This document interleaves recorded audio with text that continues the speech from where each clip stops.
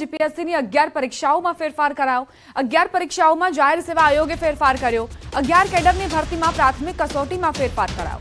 ભાગ 1 પ્રશ્નપત્ર તમામ કેડર માટે એક સમાન રહેશે। ભાગ 2 નું પ્રશ્નપત્ર વિષય પ્રમાણે અલગ અલગ રહેશે। અગાઉ દરેક કેડર માટે ભાગ 1 નું પેપર અલગ નીકળતું હતું। એકથી વધુ ભરતીમાં ભાગ લેનાર ઉમેદવારોને ફાયદો થશે। ડિસેમ્બર અને જાન્યુઆરીમાં 11 પરીક્ષાઓ લેવાશે। રાજ્યવેરા અધિકારી પરીક્ષામાં સંમતિ પત્રક લેવામાં આવશે। આ વખતે સંમતિ પત્રકમાં કોઈ પણ પ્રકારની ફી નહીં લેવાય।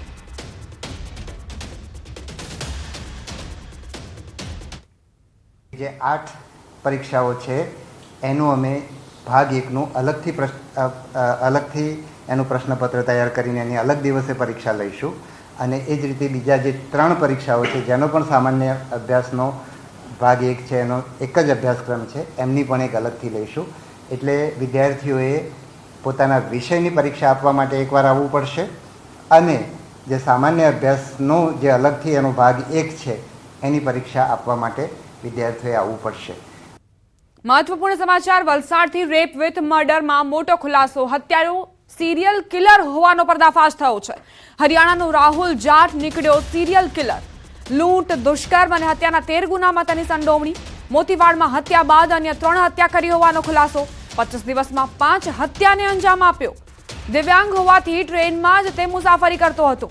આરોપીને ઝડપવા વલસાડ પોલીસે મોટું ઓપરેશન હાથ ધર્યું। ગુજરાતથી આંધ્રપ્રદેશ સુધી રેલવે રૂટ પર તપાસ કરી।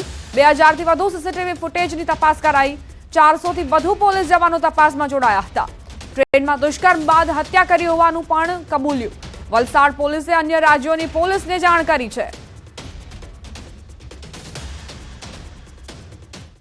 સિરિયલ કિલરને પકડવામાં, ખૂંખાર હત્યારાને પકડવામાં વલસાડ જિલ્લા પોલીસે આજે ખૂબ સારી કામગીરી કરી। ત્યારે એણે એની નજર પડી હતી કે આ એકલી દીકરી જઈ રહી છે। એની નજર પડતા એનો પીછો કર્યો હતો અને જ્યારે અવાવરું જગ્યા જ્યાં કોઈ વ્યક્તિની મૂવમેન્ટ નહોતી, નિશાળ ફળિયાથી 300 મીટર પહેલાં, ત્યારે એનું મોઢું દબાવી દીધું હતું, એને બેભાન કરી દીધી હતી અને એને જે ઝાડીવાળો એરિયા છે એમાં ફેંકીને એની સાથે એને દુષ્કર્મ કર્યું હતું અને એની આઈડેન્ટિટી છતી ના થાય એટલા માટે એણે દુષ્કર્મ કર્યા બાદ એનું ગળું દબાવીને એની હત્યા કરી નાખી।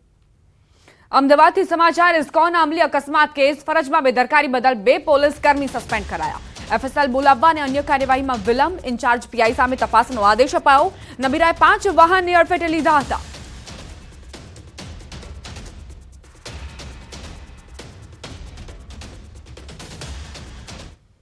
અમેરિકાના ન્યૂ જર્સીમાં વડોદરાના વૃદ્ધાની હત્યા। ગાંધીનગરના ભાડુઆત યુવાને વૃદ્ધાની હત્યા કરી। હત્યા બાદ વૃદ્ધાની કાર લઈ આરોપી ફરાર થયો। હત્યા બાદ વૃદ્ધાના અકાઉન્ટમાંથી $4500 ડેબિટ કાર્ડથી ઉપાડી લીધા। ન્યૂ જર્સી પોલીસે હત્યારા આરોપીની ધરપકડ કરી છે। મૃતક વૃદ્ધાના વડોદરા, રાજકોટ અને મુંબઈમાં રહેતા પરિજનો ઘેરા શોકમાં ગરકાવ થયા છે। તો અમેરિકાના ન્યૂ જર્સીમાં આ બનાવ બન્યો। વૃદ્ધાના ભાડુઆતે જ તેની હત્યા કરી દીધી અને ત્યારબાદ તેની કાર લઈને આરોપી ફરાર થઈ ગયો। શું અમારી સાથે હસમુખ લુણાગરિયા, ખોડલધામના પ્રમુખ જોડાઈ ગયા છે, માફ કરશો, ખોડલધામના પ્રવક્તા જોડાઈ ગયા છે। હસમુખભાઈ, આ જે હુમલાનો આરોપ મૂકવામાં આવ્યો છે તેને લઈને આપની પ્રતિક્રિયા પ્રથમ તો। જે બેન બન્યું છે એ યોગ્ય નથી, પણ બંને મિત્રો એક લગ્ન પ્રસંગે મળ્યા હશે અને કઈ બી ચર્ચા થઈ હશે, એના અંતે આ જે કઈ બન્યું છે એ બન્યું છે બેન। અને પછી એ જે ઘટના બની અને ઘટના પછી એમાં ખોડલધામ અને સરદારધામનો ઉલ્લેખ થાય તો બંને સંસ્થાઓ, ખોડલધામ અને સરદારધામ બંને સંસ્થાઓ સમાજ માટે કામ કરતી સંસ્થાઓ છે, બંને સમાજના હિત માટે કામ કરતી સંસ્થાઓ છે। એટલે એમના બનાવ બાદ બંને સંસ્થાઓને આમાં ઇન્વોલ્વ કરવી એ મારી દ્રષ્ટિએ યોગ્ય નથી। હસમુખભાઈ, એવો આરોપ મૂકવામાં આવી રહ્યો છે કે જે ખોડલધામના ચેરમેન છે જી અને સરદારધામ છે તે વચ્ચે વોર ચાલી રહી છે અંદરો અંદર। બિલકુલ નહીં બેન, એવા ઘણા બધા સમાજના આગેવાનો છે કે જે બંને ટ્રસ્ટમાં કોમન ટ્રસ્ટીઓ હોય, રાઈટ। ઘણા બધા મિત્રો એવા છે કે બંને ટ્રસ્ટમાં કોમન ટ્રસ્ટીઓ હોય।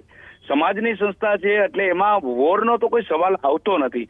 જ્યારે વ્યક્તિગત હાજી જયંતિભાઈ, માફ કરશો હસમુખભાઈ, જયંતિભાઈનું કહેવું છે કે નરેશભાઈના કહેવાથી, ખોડલધામના ચેરમેનના કહેવાથી મારી પર હુમલાની ઘટના બની છે અને જે પીઆઈ પાદરિયા છે તેમણે હુમલો કર્યો તો સાથે જે એવું કહેતા હતા કે તમે ગદ્દારી કરી છે સમાજ સાથે.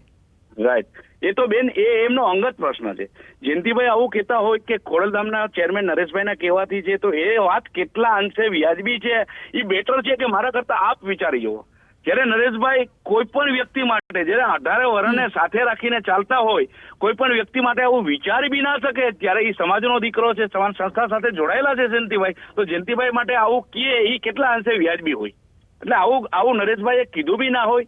એમના વ્યક્તિગત અને એમના બંને મિત્રોની ચર્ચાના અંતે જે લોકોને મતભેદ અને મનભેદ ઉભા ત્યાં હોય અને પછી આ સંસ્થાઓને અને ચેરમેન સાહેબને આમાં વચ્ચે નાખે તો એ વાત યોગ્ય છે નહીં. એ વાત વખોડવા લાયક છે મેડમ. એટલે હસમુખભાઈ, સરદાર ધામના ઉપપ્રમુખ કહી રહ્યા છે એટલે સવાલ થઈ રહ્યો છે કે કોઈ એવી વાતચીત ચાલી રહી છે, વિવાદ ચાલી રહ્યો છે કે જે વચ્ચે બંને સંસ્થા વચ્ચે મનમેળ નથી થઈ રહ્યો. બેન બંને સંસ્થાઓ સમાજની સંસ્થાઓ છે. રાજકોટ બેઝ સંસ્થા છે, ખોડલધામ છે, અને પૂરા ગુજરાતમાં એની સેવાકીય પ્રવૃત્તિઓ અને સમાજ હિતની પ્રવૃત્તિઓ કરે છે. સરદારધામ છે એ અમદાવાદ બેઝ છે. સરદારધામ છે એ એની રીતે સમાજ હિત અને પ્રવૃત્તિઓ કરી રહી છે બેન. એટલે બંનેની વચ્ચે મતભેદ, બંને સંસ્થાઓ અલગ છે, સમાજની સંસ્થાઓ છે, તો મતભેદ હોવાનો તો એમાં કોઈ સવાલ નથી આવતો. તમે જે વાત કરી બધું બરાબર, પરંતુ હુમલો કેમ કરવામાં આવ્યો? કારણ કે જે જયંતિભાઈ છે તેમનું કહેવું છે કે પીઆઈ પાદરિયાએ એટલે જ હુમલો કર્યો છે કે એવું જ કહી રહ્યા હતા કે તમે ગદ્દારી કરી છે અને એમણે આરોપ પણ મૂક્યો કે ખોડલધામ અને સરદારધામ બંને વચ્ચે જે વિવાદ છે તેના કારણે જ મારી પર હુમલાની ઘટના બની. બેન હું આપને એ જ કહું છું, ફરી વાર આપને કહું કે બંને સંસ્થાઓ સમાજની સંસ્થાઓ છે, તો એમાં સરદારધામ અને બંને મિત્રો છે ખોડલધામ સાથે સંકળાયેલા છે. સાંભળો, તો પીઆઈ પાદરિયાએ હુમલો કેમ કર્યો? હું એ જ કહું છું કે બંને મિત્રો એક પ્રસંગમાં મળ્યા, એક પાર્ટી પ્લોટમાં મળ્યા હશે અને એ વખતે એમને જે કઈ ચર્ચા થઈ હશે એ એમના અંગત કારણો હોય, પૂર્વગ્રહો હોય, એકબીજાને શું હોય એ બંને મિત્રો જાણતા હોય અને એ એમના વાતચીત અને ચર્ચાના અંતે એકબીજાને બોલાચાલી થાય અને એમાં સંસ્થાને વચ્ચે લાવે તો એ તો વાત યોગ્ય નથી ને બેન. હસમુખભાઈ, આપ એક બાઇટ સાંભળો, એમાં સંજયભાઈ શું કહી રહ્યા છે, પછી તમારી પ્રતિક્રિયા લેવી છે. જી બોલો બેન. તો કે સરદારધામનો ઉપપ્રમુખ તો શું કામ બન્યો? મેં કે ભાઈ સરદારધામ સેવાકીય પ્રવૃત્તિ કરે છે, વિદ્યાર્થીઓને લક્ષી કામ કરે છે, ખોડલધામ પણ સેવાકીય પ્રવૃત્તિ કરે છે. બેયમાં હું તો જોડાયેલો છું. તો મને કે રાજીનામું દઈ દેજે, નકર નરેશ પટેલ અને મારી ટીમ તને મારી નાખવાનું પ્લાનિંગ કરીએ છીએ. એટલે મેં કીધું હું શું કામ રાજીનામું દઉં? મેં કઈ ખરાબ કર્યું નથી, મેં કોઈ દી કોઈના વિશે ખરાબ બોલ્યો નથી. કે જુનાગઢ ટ્રેનિંગ સેન્ટરનો પીઆઈ સંજય પાદરિયાએ મને બાવળી કનકોટ રોડ ઉપર શ્યામ પાર્ટી પ્લોટમાં ફંક્શનમાં હતો ત્યારે એક ખૂણામાં લઈ જઈને કીધું કે તું સમાજનો ગદ્દાર છો, સરદારધામનો ઉપપ્રમુખ તું શું કામે ચાર્જ લીધો? અમારે ખોડલધામ અને સરદારધામને વેરઝેર છે. હસમુખભાઈ, આ જે પ્રતિક્રિયાઓ આવી રહી છે તે તમે સાંભળી અને જયંતિભાઈ એ જ કહી રહ્યા છે કે મારી પર પીઆઈ પાદરિયાએ હુમલો કર્યો. તમારી શું હવે પ્રતિક્રિયા હશે? યસ બેન, એમાં જયંતિભાઈ એવું કહે છે કે એમને ફોન કરીને મારીને ધમકી આપીને આ કર્યું તે કર્યું, બરાબર. પણ હું આપને એ જ કહું છું કે એમની અંગત ચર્ચાના અંતે જે કઈ બન્યું એમાં સંસ્થાને વચ્ચે લેવાનો કોઈ મતલબ નથી. બેન જયંતિભાઈ એવું કહે છે કે મને એમ કીધું કે સરદારધામમાંથી રાજીનામું આપી દેજે, બરાબર. પણ એના શેના લીધે એના અંગત પ્રશ્નોને લઈ અને સંસ્થામાં એ લઈ આવે તો એ વસ્તુ કેટલા અંશે વ્યાજબી છે આપ પણ વિચારી શકો બેન. પરંતુ હસમુખભાઈ, સરદારધામના ઉપપ્રમુખ એવું કહી રહ્યા છે એટલે કદાચ અમને એવો પ્રશ્ન થઈ રહ્યો છે કે કેમ આવું બની રહ્યું છે? અગ્રણી સંસ્થાના અગ્રણી પોતે એવું કહી રહ્યા છે અને ખોડલધામ પર આરોપ મૂકી રહ્યા છે. બેન હું આપને એ જ કહું છું કે બંને મિત્રો ખોડલધામ સાથે સંકળાયેલા છે.